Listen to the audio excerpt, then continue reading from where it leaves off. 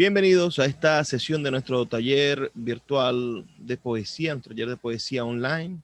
Esta mañana, esta sesión, vamos a estar conversando con ustedes sobre un tema que me parece muy interesante. Quizá ahonda en lo que estuvimos conversando en la sesión anterior. La sesión anterior a esta se tituló sobre disculpen, sobre el ritmo, si mal no recuerdo, no, esa fue la anterior. Anterior a esta, tuvimos una sesión que se tituló, denme un minuto, que fue la de la forma y el fondo. Y en ella, bueno, estudiamos un poco lo que fue el desarrollo de la forma poética, lo que fue el desarrollo del verso, del verso rimado y el por qué la forma, lo que entendemos como forma, es simplemente un, un pequeño escalón en un montón de asuntos que tiene la poesía. Bueno, voy a recuperar algunas ideas de esta sesión porque evidentemente cuando hablamos de poesía en prosa, fundamentalmente empezamos a hablar de forma, de nuevo. Porque si nos preguntamos qué es la poesía en prosa, la manera más sencilla de describirlo, de enumerarlo, de nombrarlo, va a ser decir que la poesía en prosa es la manifestación de la poesía cuya forma está escrita en prosa. Si decimos eso, vamos a estar faltando la verdad, porque la poesía en prosa es muchísimo más, pero es la manera más evidente, sencilla, práctica de poder referirnos a ese asunto y salir del escollo de la pregunta. Uh, Recordemos un poco cómo nace la idea de la prosa. No es sino hasta los años 1100, cuando Chetien de Troyes, autor de la primera versión escrita del Santo Grial, autor de Los Caballeros de la Mesa Redonda, y en esta tradición de la literatura del rey Arturo, deciden darle un vuelco al uso convencional que existía de la realización del verso para la ficción, decide dar un vuelco y utilizar la prosa que estaba reservada solamente para lo verídico, para lo real, para lo histórico, para los documentos, para cualquier cosa que fuese vista como oficial, a utilizar la prosa para engañar a las personas y hacer creer que esta historia ficticia, que esta historia de reyes mágicos, de magos, de una espada encantada que selecciona un rey,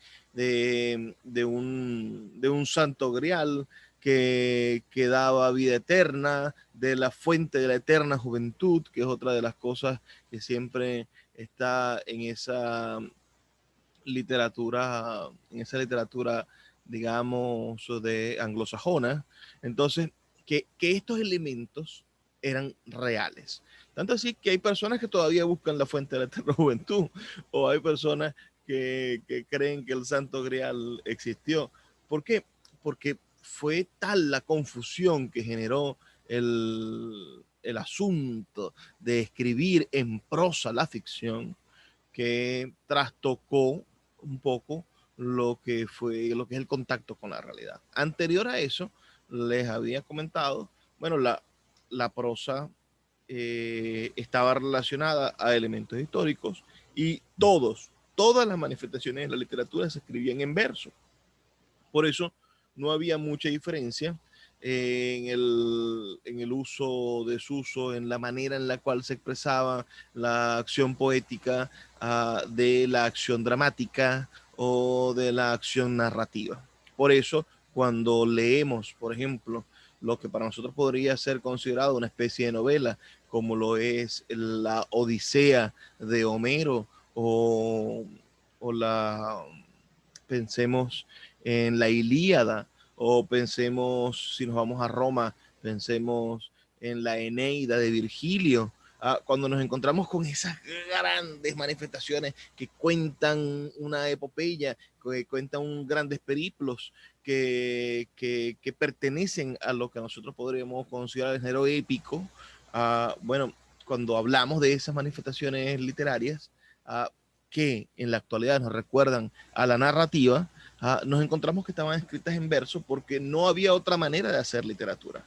La literatura era hecha en verso. El verso era el espacio, la forma predispuesta para la creación artística literaria. Y cualquier persona que intentara escribir en prosa, bueno, se iba a conseguir con el tropiezo de que la sociedad no iba a aceptar lo que estaba haciendo. Hasta, bueno, imagínense ustedes, la literatura empieza a fraguarse casi con el hombre, los primeros cuentos, narraciones que nos llegan vienen del antiguo Egipto, hace 4000 años, y imagínense ustedes que no es sino hasta el año 1000 de la época moderna, contemporánea, cuando la prosa se convierte en un elemento también de la ficción, donde el escritor no solamente ficciona la historia, sino que decide ficcionar la forma en la cual se está expresando esa historia. Entonces, no es descabellado darnos cuenta de que en el mismo momento en el que la forma en la cual se iba a expresar, es decir, en el momento en el que eligieron la prosa para desarrollar la narrativa porque la hacía un poco más creíble, en ese momento uh, nacía la posibilidad de que el poeta o de que el lenguaje poético que pertenecía al verso, también migrara de cierta manera hacia la prosa. ¿Por qué? Porque habían elementos naturales del verso, elementos naturales como el ritmo, elementos naturales como la cadencia, elementos naturales que están dentro del verso, pensado el verso para recordar, pensado el verso como estrategia memotécnica, pensado el verso como esa capacidad que tenía el hombre de crear un respaldo mental de lo que estaba escrito, porque en la Edad Media sabremos que la mayoría de las personas no leía. Entonces, si no había capacidad de leer, no había manera en la cual nosotros nos encontráramos con la acción literaria como la conocemos hoy en día. La literatura o las manifestaciones artísticas estaban todas sumidas a un acto colectivo. Nosotros íbamos a ver en ese entonces los seres humanos, iban a ver el carromato de la farándula para poder encontrarse con el teatro y con la música y con la literatura en el momento en el que se narraba alguna historia. Y estas historias, la mayoría de esas personas que leían o que contaban estas historias eran alfabetos y tenían una potentísima capacidad memotécnica. Recordaban largos pasajes de historias y gracias a la rima podían expresarlas. Uh, otro, el caso aparte es el darnos cuenta de la manera en la cual se lograban rescatar los textos. Pensemos en un texto fundacional de la lengua española como el poema del Mío Cid, que es lo que podría llamarse la poesía éplica, la poesía de gestas, el canto juglar de gestas. Y entonces en este canto juglar de gestas del Mío Cid, era una recopilación, un texto que se fue inventando a partir de la historia de la existencia de ese Cid campeador, de la existencia de ese rey ingrato con su siervo, y este señor, que esta historia que se cuenta, ciertamente que uno pudiera leerla como una novela, que uno pudiera ver la película, la de Charlton Heston, que es una película fabulosa, el Cid, y uno ve toda una construcción narrativa que está dentro del poema, pero uno no podría entenderlo, no podría darse cuenta o comprender de qué manera se gestó si no entendemos que todo fue una recopilación oral que durante siglos, durante años, se estuvo gestando ese poema.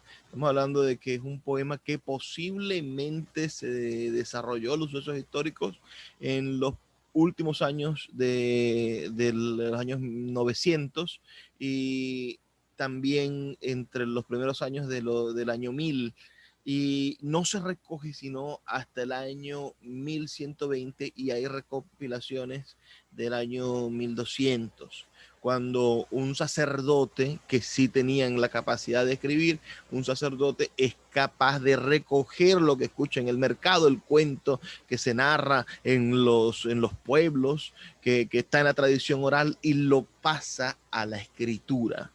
Y allí entonces el poema El mío Cid, que nosotros leemos, creo que es del año 1120, 1120 y tanto, porque está fechado, a ese mío Cid más antiguo le faltan las primeras páginas, por ejemplo, que fueron reconstruidas, a esas primeras páginas que fueron arrancadas de ese manuscrito, fueron reconstruidas gracias a que en el año 1200, en el año 1300, hubo otros intentos de transcripción del poema a partir de lo que se leía, de lo que se decía oralmente, y eso sirvió para completar el primer texto, el texto más antiguo, que es el que analiza, estandariza un hombre genial del siglo XX como Ramón Meléndez Pidal, el gran maestro de la búsqueda de la paleografía, que es la ciencia de descubrir textos antiguos, la paleografía, que es como la arqueología, pero de la escritura. Bueno, vamos a retomar la idea de la prosa. ¿Qué se escribe en prosa entonces? A partir de Chatillon de Troyes se empiezan a hacer novelas en prosa. La primera gran novela en prosa en español es una novela de caballerías. Recordemos que va por ese sentido. Chetty de Troyes hace estas novelas de aventura y de caballeros. Esto se empieza a propagar. Quizás las modas en ese momento eran más lentas, tardaban hasta siglos en comunicarse de lengua a lengua, pero la primera novela famosa en prosa en, en español fue El Amadís de Gaula, que si ustedes anotan ese nombre y en algún momento tienen la oportunidad de leer la historia, maravillosa historia del Amadís, que es un joven cuyos padres eran unos reyes, pero no corrían un peligro por un naufragio, si mal no recuerdo, y, y decidieron enviar a su hijo montado en un cesto al estilo de Moisés a lo largo del mar, y llegó a los brazos de otra familia real que no podía tener hijos. Este muchacho se crió como el más sabio y maravilloso de los caballeros y se enamoró de la más hermosa, de la sin par, como dice el texto de la novela, el epíteto que utiliza para describir a la sin par Oriana. Ese nombre Oriana que en Venezuela se puso de moda por una telenovela, pero que es el significado más grande que tiene el amor, debido a que el amor de Amadís de Gaula con Oriana es un amor, pero increíble realmente.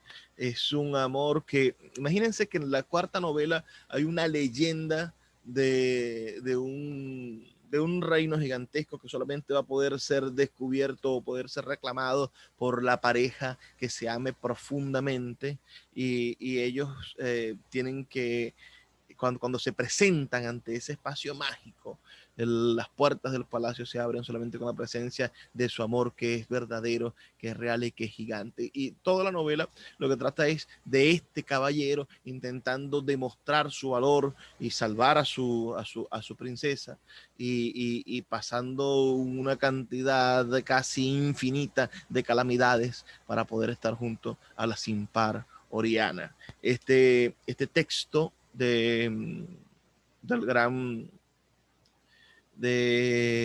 llamado La Madre de Gaula son 4 novelas, se publica siempre en un solo tomo. No busquen ahí unas ediciones de 120 páginas, son ediciones piratas, son resúmenes. Son muchísimos tomos, y una de las trampas, aquí es donde les digo yo lo de la prosa, quien la firma dice que es anónima, pero quien la firma dice que él la ha transcrito y la ha convertido en libro porque él consiguió estos manuscritos de esta historia que muy posiblemente sea real, porque está escrita en prosa. Entonces es la trampa de decir o no decir a quién le pertenece el libro. Y además es la trampa de no reconocer la autoría y decir que se han conseguido estos documentos. ¿Para qué? Para demostrar, para hacernos creer que lo que está diciendo es una historia verídica. Ahora, pensemos que todo esto va a ser interesante en el sentido en el que vamos a conseguir una obra de teatro. Pensemos en una gran obra de teatro en español escrita por Fernando de Rojas llamado La Celestina, donde más que una obra de teatro uno lo puede leer y entender que es casi una novela, pero una novela moderna, ¿no? Antes de que existiese el concepto de la novela. Y también está escrita de alguna manera, aunque todo está dialogado, pero los diálogos están hechos en prosa. Y anteriormente, antes de Fernando de Rojas, no se había logrado que el verso saliera del teatro. Entonces, el verso, antes del teatro cervantino, pensemos que Cervantes es un transformador de toda la literatura en nuestro idioma, pero antes del teatro medieval era también un teatro rimado. Pensemos en Shakespeare, todo el teatro de Shakespeare, todo el teatro que se llama isabelino, el teatro escrito por esa infinidad de maestros del teatro que estuvieron allí en Inglaterra, todo es versado. Shakespeare es recitado. Y a la par, en España, bueno, se estaban dando estas transformaciones, estas revoluciones de la literatura, que en el año 1400, casi 100 años antes de que Cervantes hiciera su revolución y casi 100 años antes de que Shakespeare escribiera sus obras, bueno, ya se estaba publicando una obra de teatro con un gran contenido de prosa, cuyos grandes diálogos se expresan en prosa, que son los textos de Fernando de Rojas en esa Celestina. Entendamos también que siempre está el elemento rítmico que va a ayudar al actor a recordar los diálogos, pero ya no es importante el verso medido, el verso métrico, ya no va a ser trascendente para la lectura la consecución del verso encajonado, sino que va a ser importante la historia de lo que se está narrando, y se está narrando con el sentido, emulando el sentido de la prosa, porque la prosa le regaló a la narrativa, le regaló a la intención de contar una historia, le regaló fluidez, cosas que el verso, con su ritmo, con su cadencia, le cortaba la fluidez natural que puede tener el hecho de narrar una historia como lo hacemos hoy en la contemporánea. Imagínense ustedes que cualquier cosa que ustedes tuviesen que contar a sus familiares o contar su día a día, tuvieran que hacerlo con estructuras versales. Con las cadencias rítmicas para que esta persona después pudiera repetirlo más adelante. Evidentemente, la prosa en la narrativa le dio libertad. ¿Qué más se escribía en prosa? Y en el mundo literario se empezaron a hacer famosos por allá, por el año 1300, 1400, con el nacimiento de la burguesía grande en la Europa central y en la Europa occidental, en la Europa francesa, con el desarrollo de los espíritus provenzales. Se empezaron a desarrollar lo que fueron la literatura epistolar. El año 1400 y el año 1500 es prolijo en grandes escritoras, mujeres que escribían novelas para mujeres, eso se puso de moda en un momento, y mujeres que escribían extensas y maravillosas cartas dirigidas a otras mujeres. La literatura epistolar francesa es divina en el caso de que hay elementos brillantes, geniales de alocuciones, de estructurar historias, de contar, de hacer amena la chismografía cotidiana de la burguesía a través de la buena escritura. Todo esto se consigue dentro de la prosa. Llegará una, una pieza fundamental de la literatura en castellano que va a revolucionar el mundo de la literatura de la mano de Miguel de Cervantes y que va a hacer de la prosa no solamente un vehículo para, para tener ese ritmo fluido que el verso no le permitía a la narrativa y para hacer creer que lo que estás diciendo es verdad. Ese otro argumento que sí inventó Chetien de Troyes. Miguel de Cervantes, en ese encierro, Miguel de Cervantes fue un tipo talentoso pero pobre. Uh, no tenía grandes recursos y la única manera en algún momento de poder crecer socialmente en esas sociedades estancas como son las sociedades de las cortes, ¿no? Como son las sociedades monárquicas, absolutistas, era, bueno, demostrar tu valía en el campo de batalla. Miguel de Cervantes formó parte de esa supuesta armada invencible que tenía la corona española y se embarcó en una batalla que llevaban estos reyes españoles y participó, fue famoso porque fue conocido como el Manco de Lepanto. En la batalla de Lepanto recibió una agresión por parte de los rivales, si mal no recuerdo, una bala de cañón, no puedo asegurarlo ahorita, no lo recuerdo no creo que haya sido un sable, y perdió la capacidad de utilizar una de sus manos. También fue prisionero como consecuencia de eso y pasó algunos años siendo prisionero del turco, que era el enemigo del rey de España en ese momento. Posteriormente, en esos años de prisión, volvió pobre y manco, sin tener un movimiento en una de sus manos, a su querida España, a sus campos de la Mancha. Y allí, bueno, no le fue muy bien y por unas deudas que tuvo fue condenado a estar en cárcel.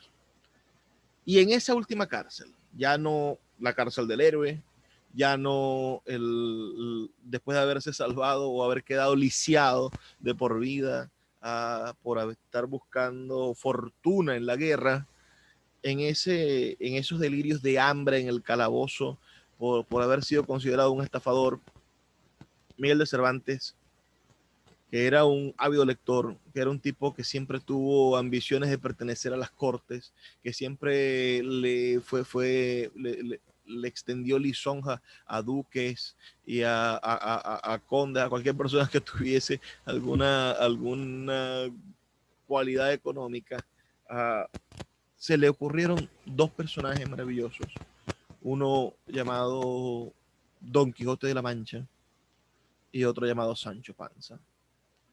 Y logró cifrar un método de burla, un método irónico, un método sardónico también, un método de reedición de la literatura que no solamente incluía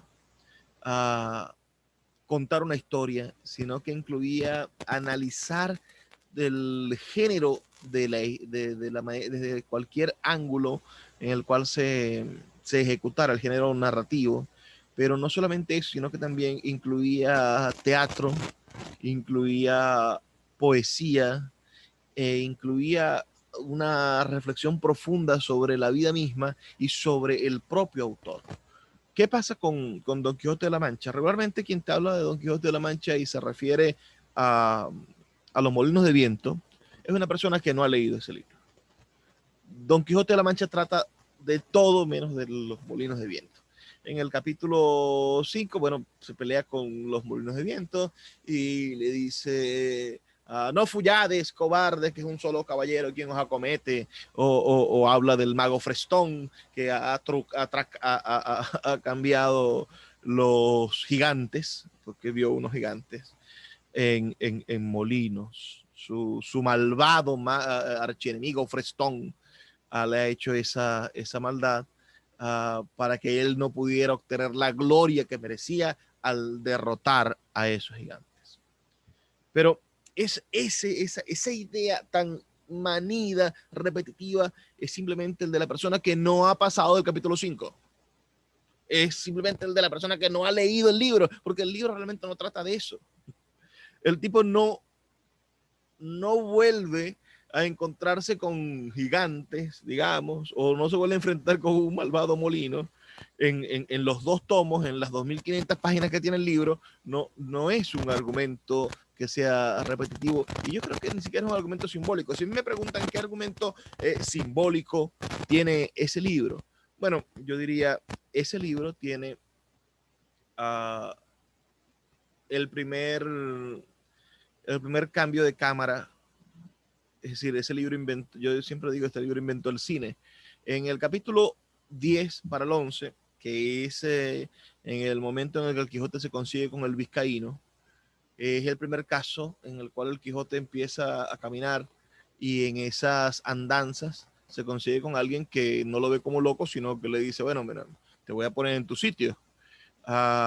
Y el hombre es detenido por pues, una caravana, es detenido por el Quijote, y el Quijote lo reta a duelo, saca la espada, y en el momento en el que saca la espada, el otro también le saca la espada. Y en ese instante en el que están levantadas las espadas, según el libro, se termina el capítulo. Y pasamos al siguiente capítulo. Y en el siguiente capítulo no nos conseguimos la culminación de la historia, sino que nos conseguimos la voz del narrador que dice, bueno, hasta aquí conseguí yo este manuscrito. Disculpen, ya no soy el que está contando aquella historia. No, yo soy el que está transcribiendo esto, porque es que yo soy un hombre que me la paso por aquí, por estas calles, en un café, perdiendo el tiempo, pensando en escribir una obra de teatro, y de repente se va a hacer con un niño y me vendió unas hojas que quién sabe dónde las había robado. Leí las primeras líneas en un lugar de La Mancha, cuyo nombre no quiero acordarme, me pareció interesante porque me recordó a mi mancha, a la Mancha en la cual yo crecí cuando niño. Le di unos centavos más y me entregó todos los papeles que había conseguido en un antiguo legajo que había conseguido enterrado en tal casa. Y he llegado hasta este punto, y aquí ya no hay más historia, y como estoy desocupado, pero voy a culminarla. Ya va. Pero entonces, los molinos de viento, que ya los vimos, el tipo ordenándose en una curia, el tipo volviéndose loco porque no comía, sino que se la pasaba leyendo. Todo eso que me acabas de leer, estas 100 páginas que acabo de leer, resulta que no son tuyas, sino que son de un tal Sid Hamed Beniger, y tú me acabas de sacar de la película, abriste el plano y te mostraste leyendo la cuestión. ¿Qué inventaste, Cervantes? Cervantes inventó allí los tiempos narrativos, Cervantes inventó allí los diferentes narradores. No hay, anterior a esto de Cervantes, no hay el uso consciente de varios narradores. Es decir, está el narrador que está contando la historia del Quijote, pero está ahora un Cervantes tercero que se sale de ese personaje del narrador. Y todo eso lo hace con la prosa. De ahí en adelante, Cervantes no va a dejar de aparecer en la obra. El Cervantes narrador no va a dejar de aparecer, y va a empezar a comentar al hombre. Hasta ese punto nadie comenta al hombre.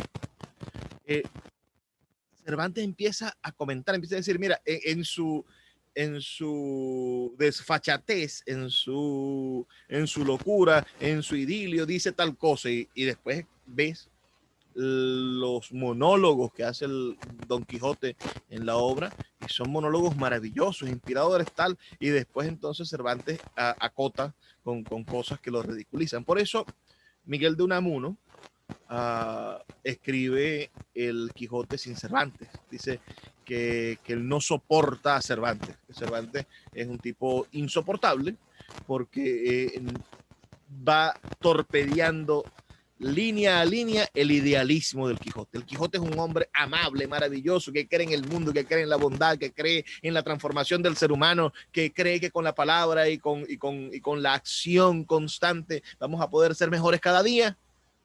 Y Cervantes lo torpedea en todo el libro. es su enemigo número uno. Entonces escribe Unamuno un Quijote en el cual no aparece Cervantes, por ejemplo. Uh, ¿Por qué hablo todo esto del Quijote? Porque cuando Cervantes pone a hablar al Quijote, cuando se narran situaciones, hay momentos hilarantemente poéticos. La manera en la que se expresa el Quijote es un suceso poético muchas veces. Los cambios de tono, las maneras en las que está, en la que cambia el ritmo dependiendo qué personaje está hablando, algunos parecen que estuviesen compuestos de manera poética. Se parecen muchísimo a lo que nosotros vamos a entender contemporáneamente como la prosa poética. También entonces la prosa poética tiene un germen allí en el Quijote. ¿Qué pasa con esta obra? Bueno, Cervantes, como ustedes sabrán, publica su primer tomo, sus detractores publican un segundo tomo apócrifo y él se apura en crear la segunda y última versión del Quijote, donde termina matando al Quijote para que nadie pueda seguir escribiendo versiones de su libro. Por eso decide matar al final al personaje. Pero la obra en España no tiene el gran revuelo que quizá nosotros le demos, sino 10 años después de la muerte del Quijote, el libro se traduce al francés. Pensemos que el francés fue durante un muy buen tiempo lo equivalente a lo que es el inglés en la actualidad, es decir, una lengua internacional, una lengua diplomática. Si tú querías recorrer el mundo tenías que hablar francés para poderte entender con las personas que más o menos estuviesen en la onda. Entonces, esta traducción del Quijote, que a Borges le cantaba, Borges decía que el Quijote, el Quijote en francés era mejor, estaba mejor escrito que el Quijote de Cervantes, que lo habían mejorado. Borges era también bastante irónico en sus cosas. Convirtió rápidamente a Cervantes, ya muerto Cervantes. Cervantes muere en el 16, si mal no recuerdo. Convierte a esta obra en una obra capital y empieza a traducirse a muchísimos idiomas. Y ya para el siglo XVII, para los años, perdón, para el siglo XVIII, para los años 1700, el Quijote es una bandera del movimiento romántico, es un antecedente del romanticismo. Y ustedes me permiten recalcar de nuevo infinitamente, y dirán, bueno, ¿hasta cuándo Luis nos va a venir con este tejemaneje del romanticismo? El romanticismo cambió las manifestaciones, puso en boga al arte como una acción transformadora de la realidad. Antes del romanticismo, el arte jamás había tenido la capacidad de tumbar gobiernos. Antes del romanticismo, el arte era un elemento de las cortes. A los reyes les encantaba tener artistas cerca. Pero en el romanticismo cambian las cosas. En el romanticismo, por ejemplo, Beethoven, con solamente cambiar el nombre de su quinta sinfonía, que la quería llamar, que la quería dedicársela al gran, ¿cómo se llama? Napoleón. Y al haber visto que Napoleón se coronaba como emperador, cambiarle el nombre, porque ya no iba a ser la napoleónica, sino que iba a ser simplemente la heroica, lograba ese artista cambiar el pensamiento de toda una ciudad. Todo Bonn, que bien podía pensar en Napoleón como un tipo increíble, ¿no? Porque lo que hizo fue una épica gigantesca de conquista. Todo Bonn se vio influenciada porque su músico más importante se sentía decepcionado de Napoleón. Ese es uno de los muchos ejemplos en los cuales los artistas románticos, pensemos en que Beethoven es el más grande exponente de la música clásica del romanticismo, pero pensemos también en los pintores, cómo la pintura del romanticismo influyó en la manera en la cual el pueblo entendía el ansia de libertad, cómo los pintores del romanticismo lograron digerir las ideas de la Ilustración y convertirlas en pintura a través de sus ideas de la libertad. Y esto era lo que podía inspirar a un pueblo que no leía a Rousseau, que no leía que no leía a ninguno de los maestros de la Ilustración, porque el analfabetismo fue una ley universal hasta el siglo XX. Entonces, hallemos que fue el romanticismo una de las maneras de encontrarnos con el arte y de definir el arte como una herramienta de transformación del mundo. Y el arte empezó a ser temido, el arte empezó a ser respetado, empezó a ser cultivado, la literatura fue considerada una de las grandes bellas artes, y a los escritores se les dio muchísimo más importancia dentro de las cortes y dentro del mundo del pensamiento social. Anteriormente, quizá el escritor era simplemente una herramienta más dentro de la corte, o era simplemente un artista que tenía una función de entretenimiento.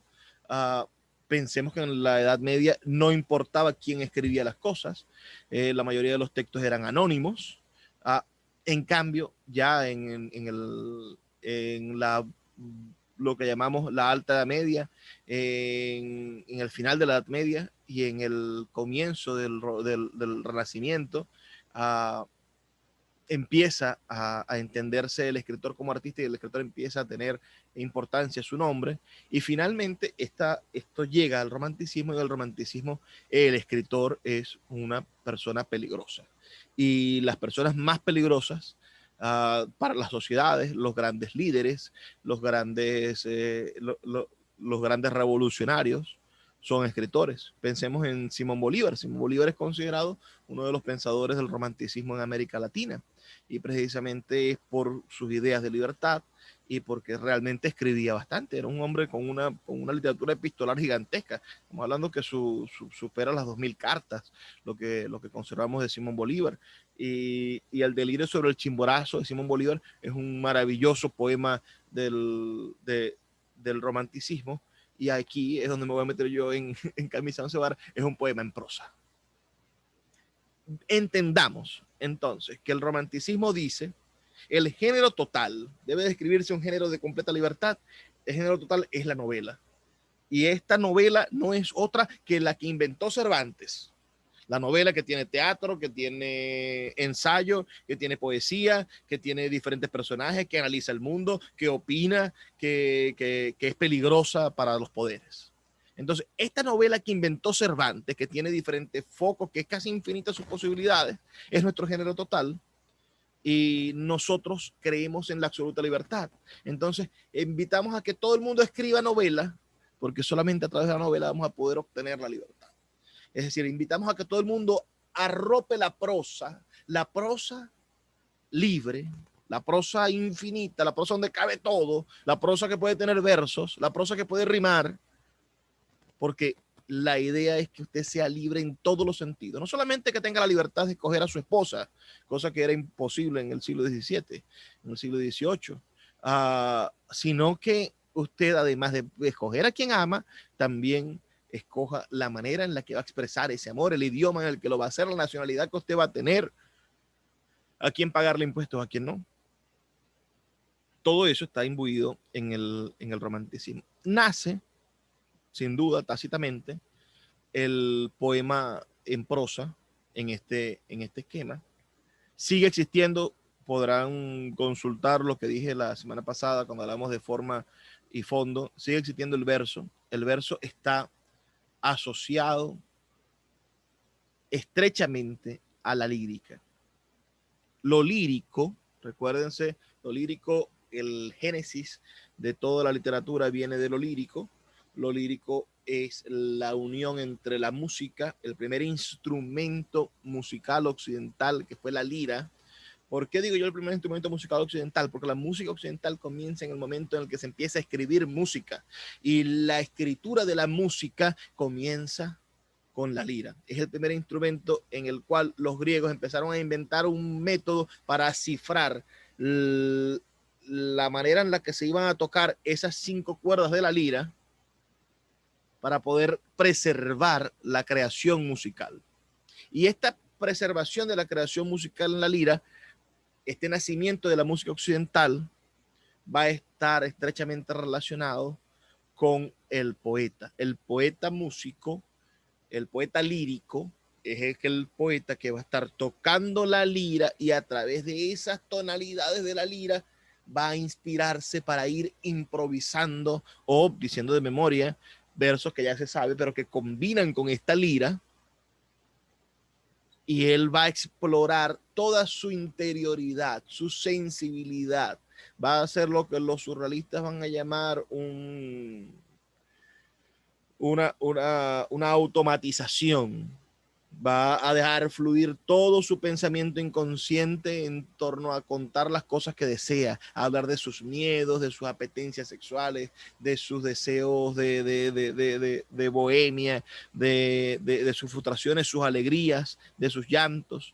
Todo esto va a suceder en la poesía lírica y se va a distanciar de los otros poetas, de los que llamamos los poetas épicos, bueno, que van a contar batallas, que van a contar textos parecidos a la Ilíada, o de los poetas dramáticos, recuerden que son aquellos que, como Esquilo, como Sófocles, que van a ser los poetas que van a escribir para los grandes festivales de teatro, que era la verdadera manera de ganarse la vida. Pensemos en ganarnos la vida.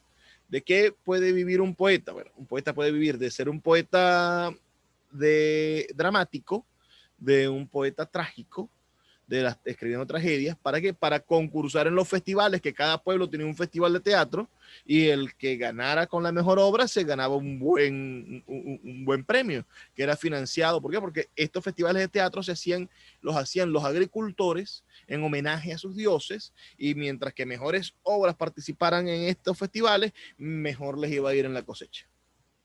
Entonces, por eso daban buenos premios para que los mejores escritores pudieran participar. La otra manera de ganarse la vida era con una lira, amenizando fiestas, amenizando al que tuviese el dinero, acomodándole la noche con tu música, con tu canto y con tus cuentos. Y de esta manera, bueno, vivir de esa vida bohemia, lo más parecido al músico contemporáneo, ¿no? Lo más parecido al que canta en el bar. Uh, Esto se va a transformar entonces, cuando vamos al romanticismo, se mantiene la línea de la lírica, pero el texto más ideologizado, el texto más consciente, va a ser entonces el uso de la narrativa, de la prosa, para expresar la profundidad de muchísimas cosas. El romanticismo en Francia, sobre todo, tiene su momento de esplendor en Víctor Hugo. Si cualquiera de ustedes lee un libro maravilloso como Los Miserables, se va a dar cuenta que está lleno de expresiones poéticas. No solamente en versos, sino que muchas de sus descripciones, muchas de sus ideas, hay mucho uso de metáforas dentro de la narrativa de Víctor Hugo. Y no es solamente el mundo de la narrativa como lo conocemos en la contemporaneidad, ¿no? Sino que es una narrativa que obedece a la idea del romanticismo, una narrativa llena de tantos elementos que la hace una narrativa libre. Después del romanticismo vamos a encontrar que la narrativa se va a concentrar y todo va a caer como una especie de decadencia, y esta decadencia va a crear en la narrativa una concentración de asuntos narrativos sin tanta poesía. Va a nacer el naturalismo, y escritores como Émile de Zola, autor de Naná, o escritores como Flaubert, autor de Madame Bovary, que es un drama trágico maravilloso. Estos autores naturalistas van a decir: no queremos adornar la vida y hacerla hermosa, ni estar poniendo de florituras a nuestra literatura. Imagínense que hay un hombre como Balzac que dice que va a escribir la comedia humana y escribe cientos de novelas, cada uno basado en un capítulo del suceso humano, del espíritu miserable humano o tragicómico humano. Entonces, estos escritores naturalistas se alejan de la idea de la prosa poética. ¿Por qué? Y de la idea lírica, para intentar retratar la verdad cruel del hombre. Si leemos Naná, por ejemplo, de Millet de Solá, es una novela sumamente desgarradora y terrible. El que no conoce la historia, cuando llega al final, bueno, se pone a llorar. A mí, ahora la gente se preocupa por el spoiler, ¿no? No se las voy a spoilear. Lo cierto es que cuando llegas al final y descubres por qué Naná hace todas esas cosas, Naná es una vedette, no les voy a contar el final, pero es una vedette, una mujer despamparante, muy sexy, que canta en los teatros parisinos y que recibe favores económicos a cambio de algunos roces medio amorosos con grandes burgueses. Pero cuando uno descubre por qué ella hace todo eso, que en el fondo es repulsivo, bueno, uno se le parte el corazón. Y es un contraste con la realidad. Entonces, veamos ese ejemplo de esa maravillosa novela y entendamos que la evolución de la novela romántica terminó en un rechazo por las novelas idealistas, por esas ideas infinitas ideológicas de vamos a cambiar el mundo, de la esperanza, de que todo tiene que tener un final feliz, de que el hombre es bueno. No, el naturalismo dijo el hombre es malo, lo que está todo alrededor está podrido. Esta gente le hace daño, hay que mostrar al malo también.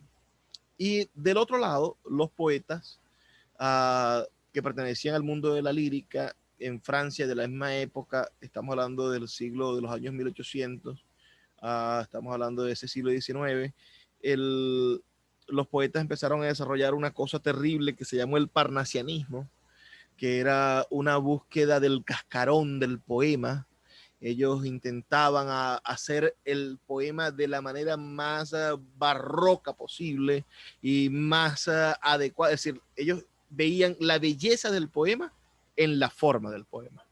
La verdadera, no importa lo que diga el poema, lo que importa es que suene bien, que tenga una métrica perfecta y que las palabras que utilice sean innovadoras y despamparantes y que todas estén medidas perfectamente.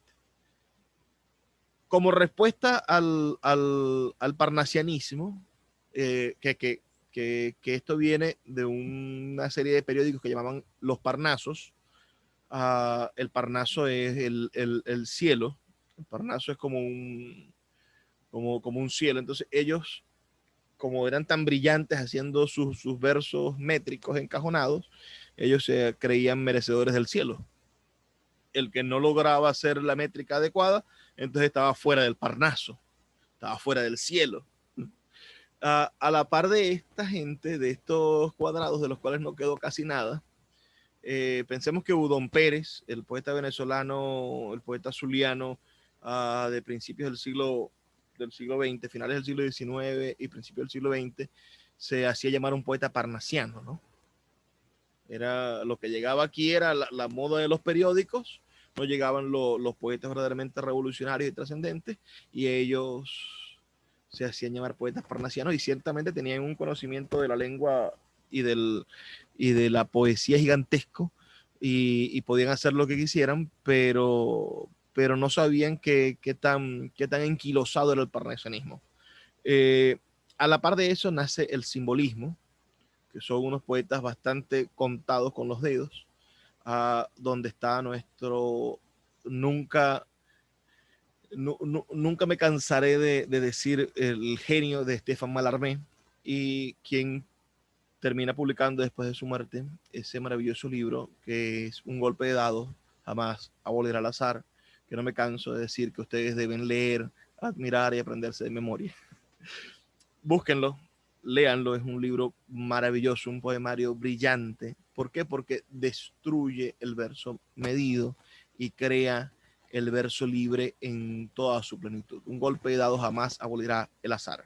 Ese texto va a acercarnos más a la idea de la prosa poética, no porque haya una forma, porque la prosa poética tiene la forma del cajón de la prosa, sino porque le da toda la responsabilidad del ritmo a la palabra en vez de a la forma. Entonces, si un cajón de prosa está conformado por palabras, está dotado también de ritmo.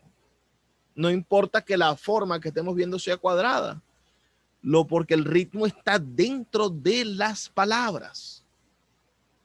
Pensemos finalmente que todo esto se va a complicar con el nacimiento de las vanguardias, que van a hacer de la forma y de la idea de la forma una expresión de libertad también. Pensemos en el dadaísmo, pensemos en otras formas de literatura que van a manifestar con nosotros, que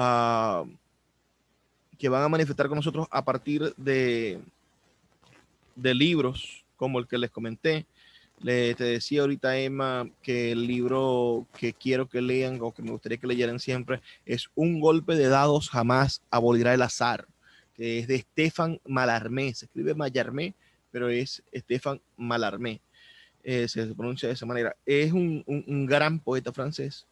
Y creo que, como les digo, esto se publica a finales del siglo XIX, finales de los años 1800.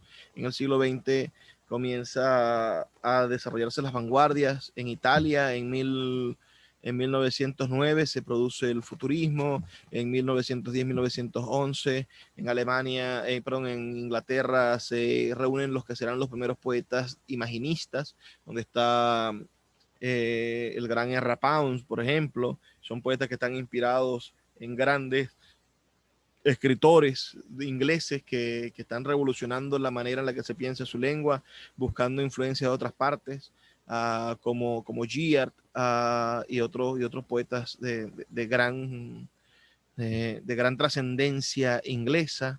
En el año 1913 explota en Alemania la idea del expresionismo, ¿no?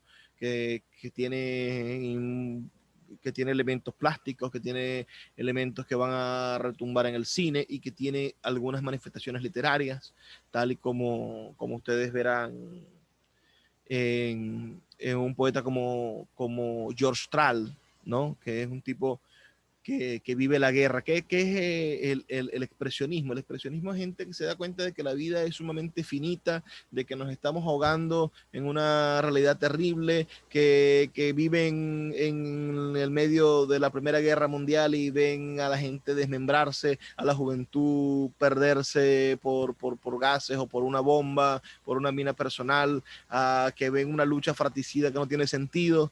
Y en el medio de todo ese desastre lo único que desean es expresarse, lo único que desean es decir lo que sienten profundamente y mostrar, es decir, que sea contundente lo que se está mostrando. En el cine expresionista, bueno, sencillamente es eso, ¿no? Es decir, mostrar la gestualidad absoluta. Cuando usted ve el infierno de Dante del cine expresionista o ve el ángel azul, creo que es la película, gran película del impresionismo, ves esos rostros, ves esa manera, ese maquillaje, ves esa estructura plástica de la plasticidad, y lo que te estás dando cuenta es de que esta gente quiere mostrar que está sintiendo, quiere mostrar cuando está triste, quiere mostrar cuando está feliz, quiere mostrar cuando tiene deseo, envidia, rabia, ambición, etc.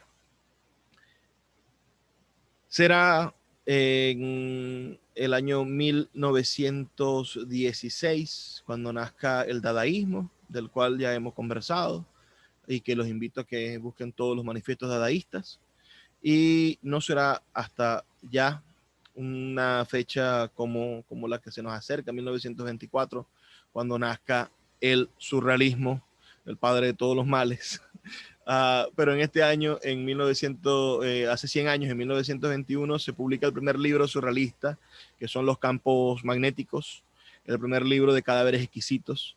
Es otro libro que ustedes, si tienen la oportunidad de leer, de buscar, de comprar, de adquirir, de descargar en PDF, no, no pierdan la oportunidad de leerlo. Es un libro maravilloso que llena de muchísimas ideas.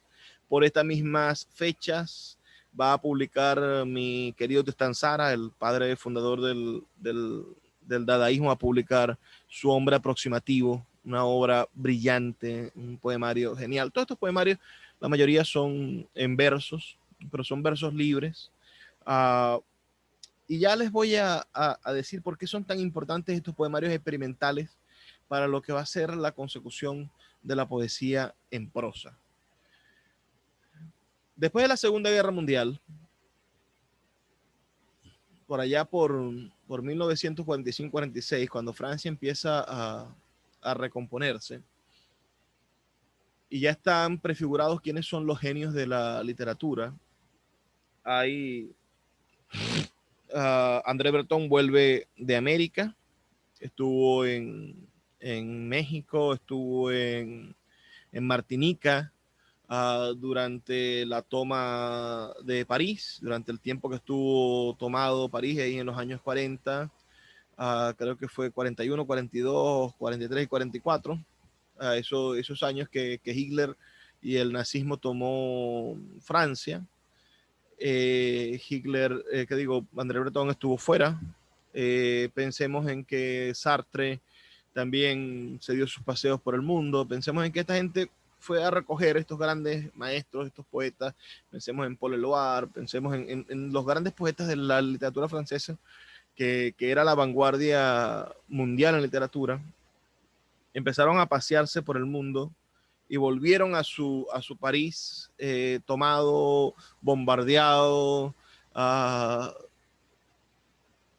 con la égida del nazismo, y volvieron con un pesimismo optimista, ¿no? Nos habían quitado nuestra ciudad, lo perdimos todo, pero lo recuperamos. Y de estas sombras, de estos momentos tristes, desde la derrota, vamos a ser nosotros capaces de escribir la victoria. Allí nacen obras brillantes como las de Albert Camus, ¿no? Pensemos en El extranjero o pensemos en La peste, que no son sino prefiguraciones, maneras de entender lo que fue también el nazismo, lo que fue haber abandonado tu lengua por otra lengua, lo que fue ser dominado por otra forma de pensar, digamos, cuando hablo de las lenguas.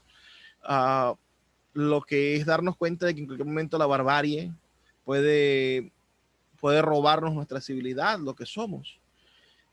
Entonces, esta gente genera un movimiento de revisión de la narrativa que se llama el Nouveau Roman, el nuevo romance, la nueva novela. Este Nouveau Roman se encarga de entender el mundo a través de las perspectivas. Allí va a ser trascendente un hombre como André Gide, ¿no? O va a ser una escritora maravillosa, una mujer como Margarita Yourcenar. O pensemos en una escritora como Margarite Duras, que escribe una novela brillante, maravillosa, que todos ustedes deberían leer, que se llama El amante, y después de que lean esa novela, vean la película. Espectacular la película. Entonces, Margarita Yourcenar escribe una novela maravillosa como Memorias de Adriano. Esta gente que intenta cambiar la perspectiva en la cual se ve la literatura, esta gente inventa también una manera de narrar, de decir las cosas que son altamente poéticas. Esto en Francia. Allí, por el año veintitantos, después de la Primera Guerra Mundial, se publica una obra que va a ser fundacional de estas cosas, que se llama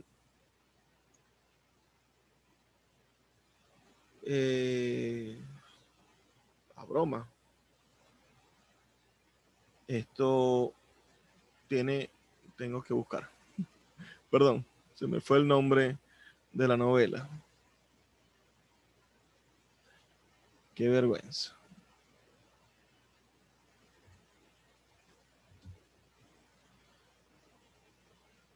La La novela que les estoy diciendo se llama En busca del tiempo perdido y es de Marcel Proust. Parece que en ese año, que en el 25, por algún motivo, en Irlanda se publica el Ulises de James Joyce. En Francia se publica el En busca del tiempo perdido de Marcel Proust. En Inglaterra se publica Las olas de Virginia Woolf.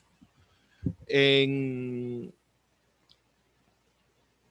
en Perú se publica Trilce de, de César Vallejo. Y en el sur publica el gran poeta, escribe el gran poeta chileno Vicente Huidobro, escribe Los cuatro horizontes del cielo y escribe Altazor, esos maravillosos poemas.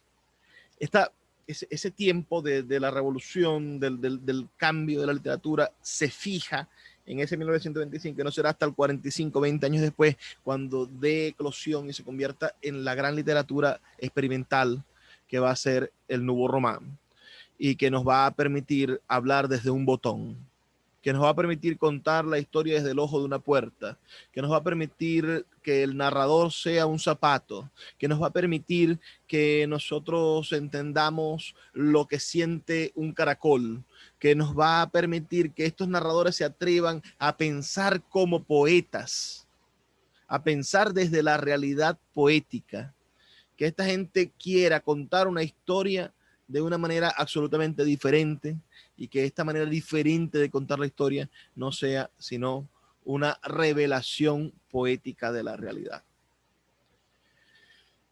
Les decía que todo el asunto de la prosa se resume en una rivalidad, en la rivalidad entre lo lírico y lo narrativo. Les he contado la historia de cómo la narrativa se ha llenado de poesía. Creo que pasaría una hora más hablando de cómo la poesía se ha llenado de narrativa, pero no es necesario porque si revisamos la historia de la poesía, podríamos darnos cuenta de que la poesía y la narrativa nacieron juntas, de que la narrativa es un hijo de la poesía, de que el culto de la palabra, el uso de la poesía, del ritmo, el uso musical de la palabra para que se recuerden para que recordar las historias, es anterior a el uso de los elementos poéticos para contar historias en prosa. Entonces será el bendito poema, este poema lírico, el que empiece a aburrirse de sí mismo y en el mismo momento, por allá en el año 45, 50, 60, cuando el poeta cuando el narrador empieza a decir, tengo que buscar a la poesía, porque la poesía es la única manera de yo volver a ver el mundo narrativo de una manera diferente. Tengo que buscar a la poesía, porque la poesía es la que me va a permitir entender el mundo si yo fuera un botón, o me va a permitir entender el mundo si yo fuera un zapato viejo, o me va a permitir entender el mundo si yo fuese una nube que pasa todos los días por la misma casa y ve las realidades de esa casa y estoy narrando a un pueblo porque soy una nube. Es decir, será la narrativa la que buscará la poesía y por ese mismo momento los poetas se estaban aburriendo de su lírica, aunque la lírica es infinita y no creo que podamos aburrirnos nosotros mismos, y empezaron a crearse elementos narrativos modernos dentro de la poesía y empezaron a escribir personas a recordar que la poesía tenía un tono épico.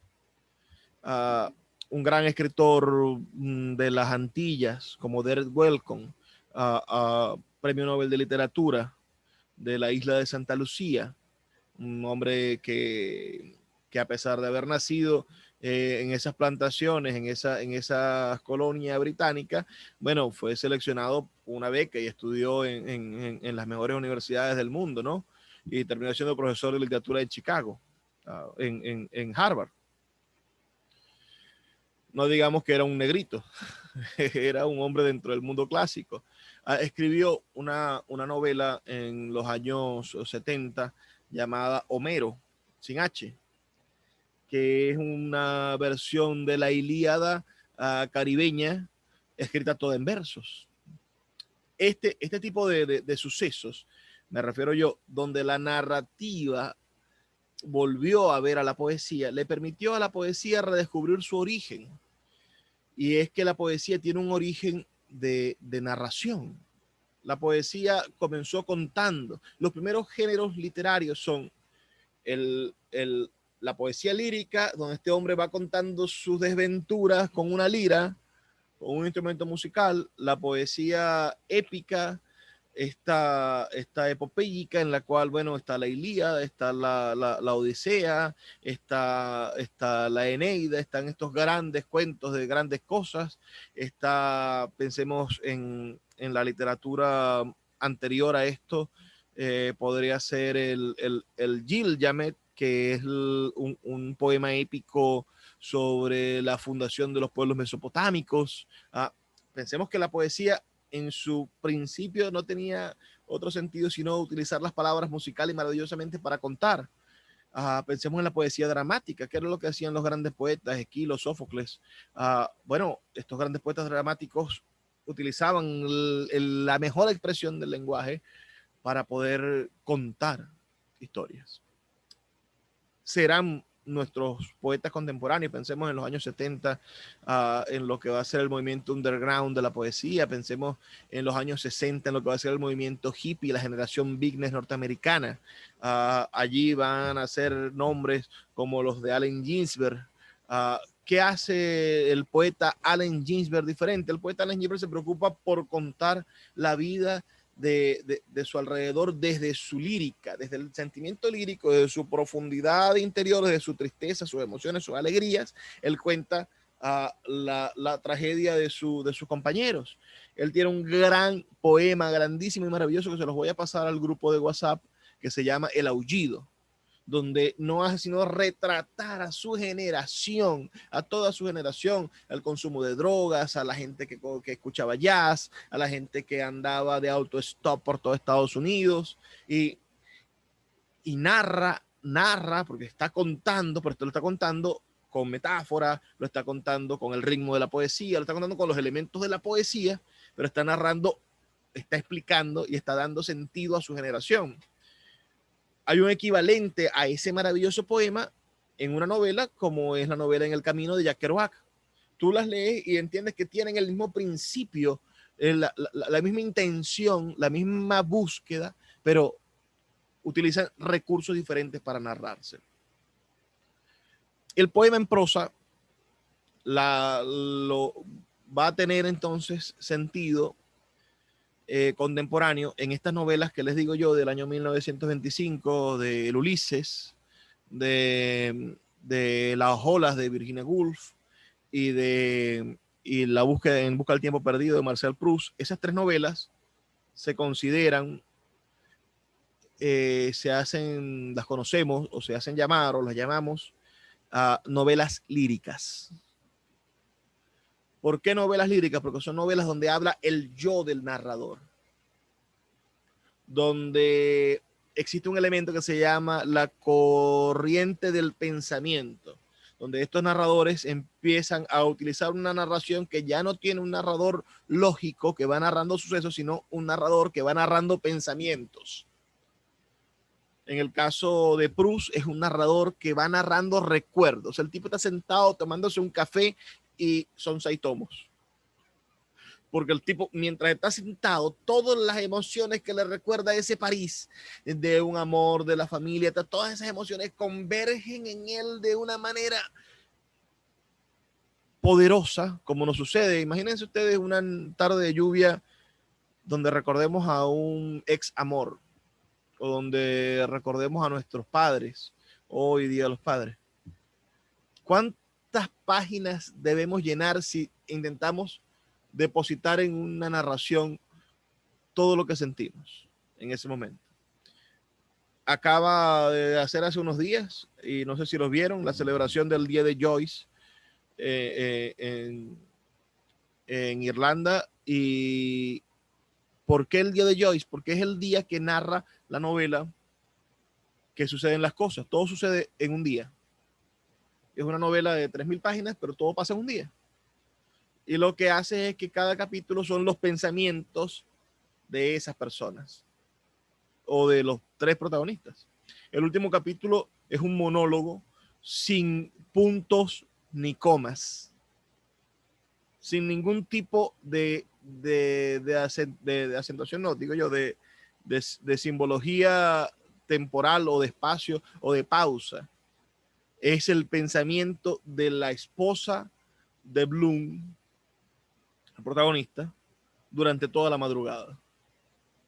¿Qué estaba pensando Molly Bloom toda esa madrugada? O esa parte, esa hora y media que estuvo pensando antes de quedarse dormida. Pues se acaba cuando se queda dormida, suponemos nosotros. Y en las olas de Virginia Woolf, ustedes van a encontrarse exactamente lo mismo. Una mujer que está descargando como marejadas, esa metáfora de las olas, todas sus ideas.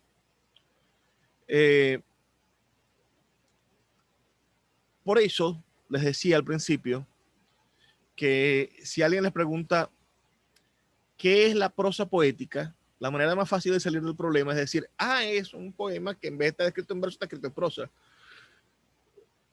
Porque es que la prosa poética es muy compleja de definir en el sentido en el que sí es la capacidad que tengamos nosotros para poder utilizar la libertad máxima del poema y expresar nuestras emociones, sentimientos, pensamientos, ecuaciones infinitas de acciones y decires.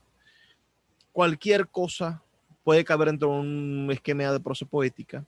Todos los recursos literarios y poéticos caben dentro de la prosa poética. Y quizás es el proyecto de realización del espíritu romántico más elaborado. Y al mismo tiempo, a medida de que sea más desestructurado, a medida de que sea más irreverente, a medida de que tenga más elementos poéticos, a medida de que sea más críptico, a medida de que sea más cerca de ese sentimiento de libertad absoluta, está más alejado de la posibilidad de conseguir lectores. Porque entendemos que no a todo el mundo le gusta meterse dentro de un tornado. Hay una novela que a mí me encanta que se llama Los Detectives Salvajes. Hay un personaje que se vuelve loco en Los Detectives Salvajes, King Fong, el padre de las muchachas que visitan los protagonistas. Era un arquitecto que siempre quiso diseñar una revista literaria, pero termina en un manicomio.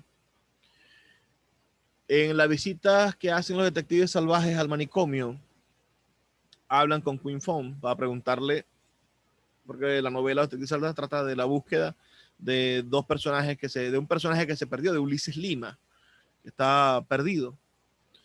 Y hay unos detectives que no se sabe nunca quiénes son, que están buscando las pistas de Ulises Lima. Van a hablar con este hombre que está en el manicomio y el hombre les hace una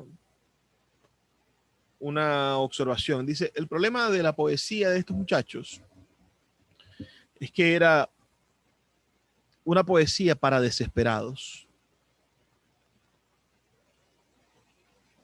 Y la poesía para desesperados es la mejor poesía, pero tiene un gran problema. Solamente puede ser leída por personas desesperadas. Y en el momento en el que logres pasar tu desespero, no vas a querer volver a esa literatura, porque te va a recordar tu peor momento. Entonces yo siempre he sentido que esa libertad absoluta que da la prosa, o esos poetas que escriben en medio de un torbellino de ideas, sensaciones, decires, placeres, son poetas desesperados y que nosotros solamente podemos acceder a ellos o disfrutarlos completamente cuando estamos también desesperados. Pero si queremos leer algo más ordenado, bueno, es más fácil leer a Benedetti, es más fácil leer a Paul Neruda, es más fácil leer a otros poetas que tienen orden, que tienen el orden del verso, que tienen el orden de la rima, que tienen el orden de la métrica.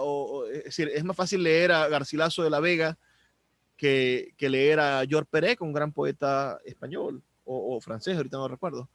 o leer, o leer a Virginia Woolf, o leer a James Joyce.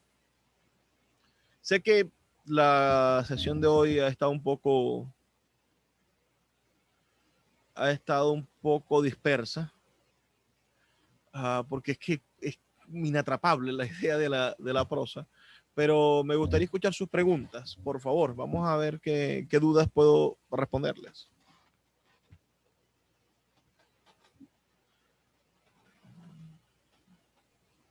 Oye, no sé si tú leíste un pequeño ensayo que hace Edgar Morán, Amor, Poesía y Sabiduría, donde habla un poco de la relación entre lo prosaico y lo poético. No sé si tienes idea de esa aproximación que hace él. Yo sé que él es como antropólogo, no es propiamente literato, pero hace como una comparación, como dos formas distintas de aproximarse a la realidad. Este, eh, Ahora veo un poco más la relación, ¿no? Y veo también, por ejemplo, no sé, autores como García Márquez, que en Cien años de soledad yo siento que hace como cierta resolución poética en cada capítulo. O sea, como que por ahí estaban diciendo que iban a sacar una serie en Netflix de Cien años de soledad. Y yo decía, coño, ¿cómo resolverán esto cinematográficamente si el tipo lo que hace es una resolución poética en su narrativa? O sea, no es una cosa, Mira, un cuento que se... no conozco el libro que dices. Sería interesante verlo, sobre todo porque utilizas la palabra prosaico y regularmente en español lo prosaico es peyorativo. La idea de la prosa está relacionada con algo que tiene menor calidad a la idea prosaica, ¿no? Entonces, no, porque tú lo que hablas, tú eres muy prosaico, eres una persona que habla de más, que habla muchísimo, que no tiene, además que las cosas que dicen no tienen validez, no tienen peso, no tienen peso semántico. Y a veces también hablamos de lo prosaico como cosas burdas, reales, pragmáticas. Uh, entonces, sí creo que habría que revisar ese libro que planteas, a ver de qué manera entiende este autor lo prosaico. Cuando yo hablo de prosa poética, no me refiero a lo prosaico. Por más de que tengan un mismo origen etimológico, lo prosaico y la prosa, provengan del mismo sentido, no me refiero a lo mismo, me refiero a otros, a otros elementos de la realidad. Sí. Él le daba el mismo sentido que tú le das, porque él refería a prosa como aquello aquel lenguaje que refiere a la realidad, trata de dar cuenta de la realidad tal cual es, ¿no? O sea, y entonces, claro, es como, hace como una especie de división, la prosa atiende, digamos, a la razón, ¿no? Y la poesía a la imaginación, lo poético a la imaginación, por ahí va como la idea de él. Mira, yo quiero incluir en la próxima tanda de talleres, porque ahorita vamos a trabajar, la próxima sesión es El miedo a la luz, la poesía oculta, donde quizás podríamos conversar sobre estas cosas. Con poesía oculta me refiero sencillamente a el uso de recursos literarios en muchos géneros y en las manifestaciones artísticas diferentes. Y, y el último es el tratamiento de los temas universales, ¿no? Que por cierto, la última sesión del taller de narrativa de Armando José Sequera, que también les recomiendo que lo tomen, trata sobre los temas universales, pero es brillante, Armando. Uh, pero en el siguiente esquema, en el siguiente serie de talleres, me gustaría hablar sobre el asunto de la ficción, porque es que ¿qué sucede cuando me planteas la idea de que la prosa habla de lo real? Yo te tendría que decir que no, porque es una realización, por lo menos en la literatura, no hablemos de la prosa histórica, hablemos de la prosa literaria, es decir, hablemos de una novela. Por más que las conversaciones en la catedral sean bastante real, o pensemos en La región más transparente del mundo de Carlos Fuentes, sea bastante real, siguen siendo manifestaciones de la ficción. Y al ser manifestaciones de la ficción, estamos hablando de una realidad matizada por la versión personal, por la versión, por el ojo de la perspectiva de cada uno de los escritores. Entonces hay un contentivo poético de eso, y la propia poesía también busca hablar de lo real. Pensemos en los antipoemas de Nicanor Parra. Él tiene una búsqueda constante de tratar el tema social real, y rehuye de la idea monotemática de la poesía para intentar crear nuevos temas que hablen de lo real, y lo hace dentro del espectro poético, a pesar de que diga que son antipoemas.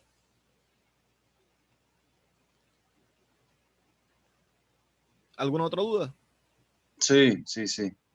Una sola duda. Este tema de la libertad que uno tiene al escribir, eh, no sé por qué me parece que ya no, o sea, no está el porqué de esa libertad. No sé si, o sea, sea verso o sea prosa, me parece que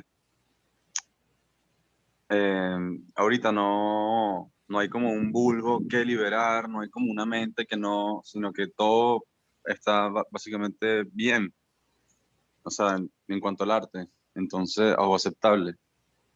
Entonces no sé si en verdad como que esta diferencia entre prosa y verso no cree algo nuevo, o sea, porque Mira, debería haber como una, no, como una síntesis entre estas dos que sea lo nuevo, pero no cayendo en vanguardias ya, estos sino, son, Pedro, estos son los tiempos oscuros donde la gente se mete a Parnasiano.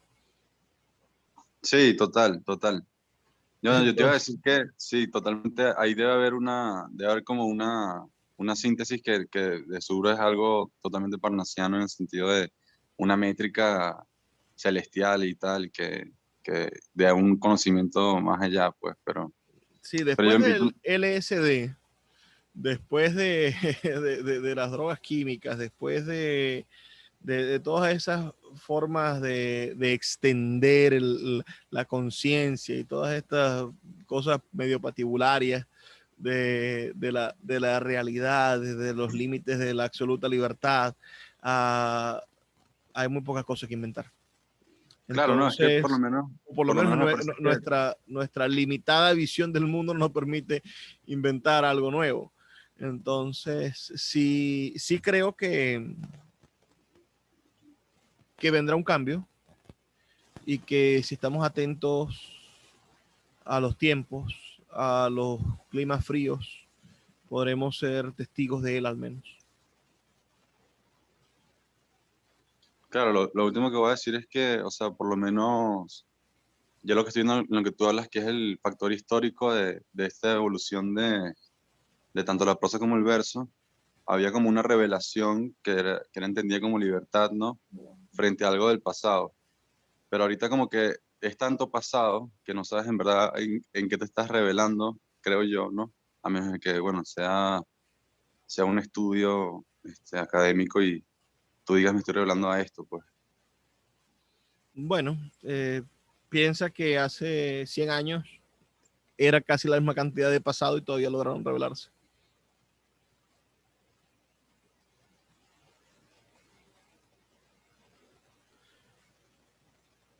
Eyman, ¿nos tienes una pregunta? Sí, profe. Que lo siento porque ahorita me fui porque la otra computadora no me funcionaba bien, no escuchaba bien. Entonces, ¿me puede repetir todo lo que estaba como medio al final, paz final? Si me lo puede repetir, por favor, porque no Bueno, escuché bien. mira, esto está quedando grabado. Yo les debo la de la semana Ah, pasada, ajá, y les voy a pasar las dos juntas, esta y la de la semana pasada, para que las tengan allí y puedan volver a escucharlas. Tú me ah, preguntaste por los libros que recomendé. Bueno, sí. te recomendé Un golpe de dados jamás abolirá el azar, que es de un poeta francés. Es un libro de poemas en verso libre. Y también les recomendé un libro de uno de mis escritores franceses favoritos, que se llama Tristán Tzara. Ese Tzara tiene una T y después Zara, Tristán Tzara. y el libro se llama El hombre aproximativo. Son dos libros que me gustaría muchísimo que ustedes consiguieran en PDF y leyeran, porque son dos libros muy revolucionarios de la poesía y de la literatura, y que podrían darnos ideas infinitas, porque una sola línea de esa que nos inspire nos puede hacer escribir algo muy moderno. Mentira, ya Ok. sé cuál es la pregunta, Luis. ¿Tú crees que es desenfrenado? Tú estás hablando de poetas desenfrenados. ¿Es desenfrenado revelarse simplemente a uno mismo, o sea, de uno mismo? Liberarse de uno mismo es este tema de LSD y cosas así Mira, que son... la novela de Roberto Bolaño hablaba de poetas desesperados. El asunto del desespero tiene que ver con nuestra sociedad contemporánea. Tú llegas a un punto donde te ves asfixiado. Y yo creo que cada quien tiene el momento en el que necesita estar con gente desesperada para poder sentirse en sintonía. Porque muchas veces a nuestro alrededor hay mucha gente que ya ha superado sus crisis y como ya superó sus crisis, no entiende nuestras propias crisis. Sí, ya todo una cosa psicológica, en verdad. Enma, ibas a continuar hablando, pero el grosero de Pedro te interrumpió. Oye, disculpa. No, tranquilo, tranquilo, tranquilo. Nomás Ah, iba a decir que gracias, profe, por, bueno, decirme y repetirme. ok, te haré llegar, les haré llegar por el grupo la sesión. No sé si Javier o Elena tienen algo que decir, la señora Judith. Hoy tenemos también a nuestra amiga que se involucró hoy, ay, se fue. Yo quería decir algo. Ajá, yo escribí un poema en prosa y me sentí tan libre, a mí me gusta la prosa. Entenderla como un poema que, como tú dices, tiene un ritmo, pero que tú íntimamente es el que lo entiende, el que lo escucha, el que lo sabes. Y yo escribí ese poema y luego me provocó porque sentí una libertad absoluta y lo terminé con 3 versos. O sea, mezclé prosa con verso. Es así, ¿verdad? Claro, A mí me gusta así. la libertad implica hasta decir, quiero ponerme esta cadena un rato. Sí, pero la prosa a mí me gusta mucho. Yo la disfruto. Imaginemos que la prosa es como decir, tenemos como lienzo el universo. ¿Dónde vas a pintar?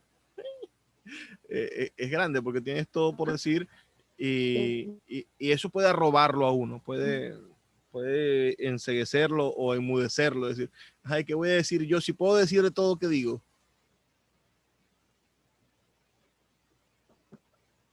Bueno, lo que sientes, pues, ¿no?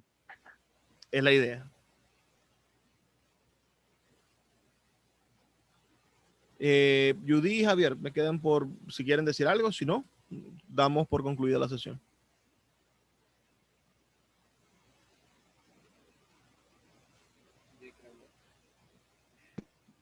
Luis, bueno, nada, yo acá saludarlos a todos y bueno, felicitarte, ¿verdad? Porque estuvo bastante claro el planteamiento, el desarrollo. Eh, yo creo que fue más que disperso, como dijiste tú, más que disperso, yo creo que la palabra es que aborda tantos elementos que hay que irlo como configurando de forma más o menos adecuada. Y no, pero yo creo que estuvo bastante claro y me parece muy bien. Te felicito por eso, la verdad.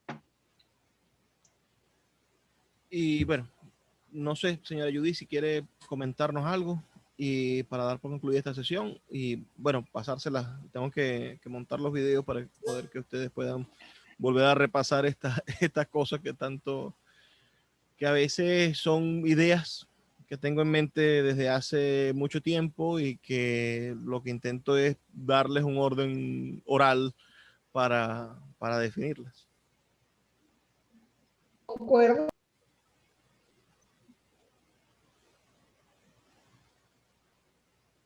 Judy, no te escuchamos, tienes que activar.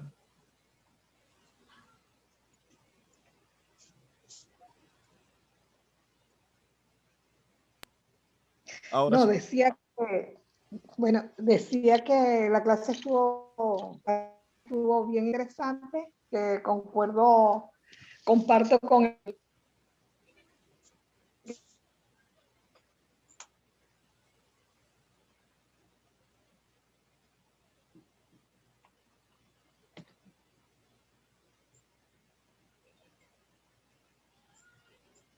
No se escucha. Sí, no la escucho. No sé, no escucha. No escuchamos. Ahora. Si puedes repetirlo. Ajá. No, ahora sí me oye. Sí. Sí, ahora sí. Okay. Estaba diciendo que concuerdo con el planteamiento del compañero que me antecedió, que realmente está bien interesante el planteamiento de y que, bueno, todo estaba aparentemente claro para mí y solamente me faltó uno de los libros que usted recomendó. Tengo uno solo que es El hombre aproximativo, pero Es un libro creo que maravilloso. fueron... Bueno, también les recomendé los campos magnéticos el primer libro de poemas ¿cómo se llama? En cadáveres exquisitos, que cumple 100 años este año, y es de André Breton y de Philippe Soló. Y el que siempre les recomiendo, que es uno que me gusta muchísimo, que como les digo, es de Stéphane Mallarmé,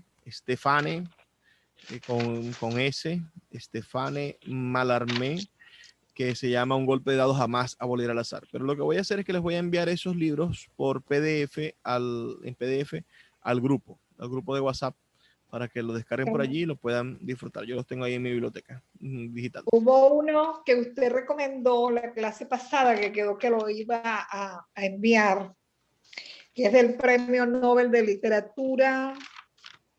No me acuerdo, que es ensayista. De Octavio Paz, Nobel, el Arco de la Lira, no se los he pasado. mexicano, sí. Se lo voy a reenviar, el Arco de la Lira. Disculpen si lo prometí y no lo envié. No lo envió. Bueno, fue un placer reunirnos con ustedes esta mañana y nos vemos el próximo domingo. Ok, nos vemos, profe. Muchas gracias por la clase. Hasta luego. Gracias a todos. Chao a todos, que tengan una buena Chao. mañana. Chao. Chao. Gracias, Chao. igual.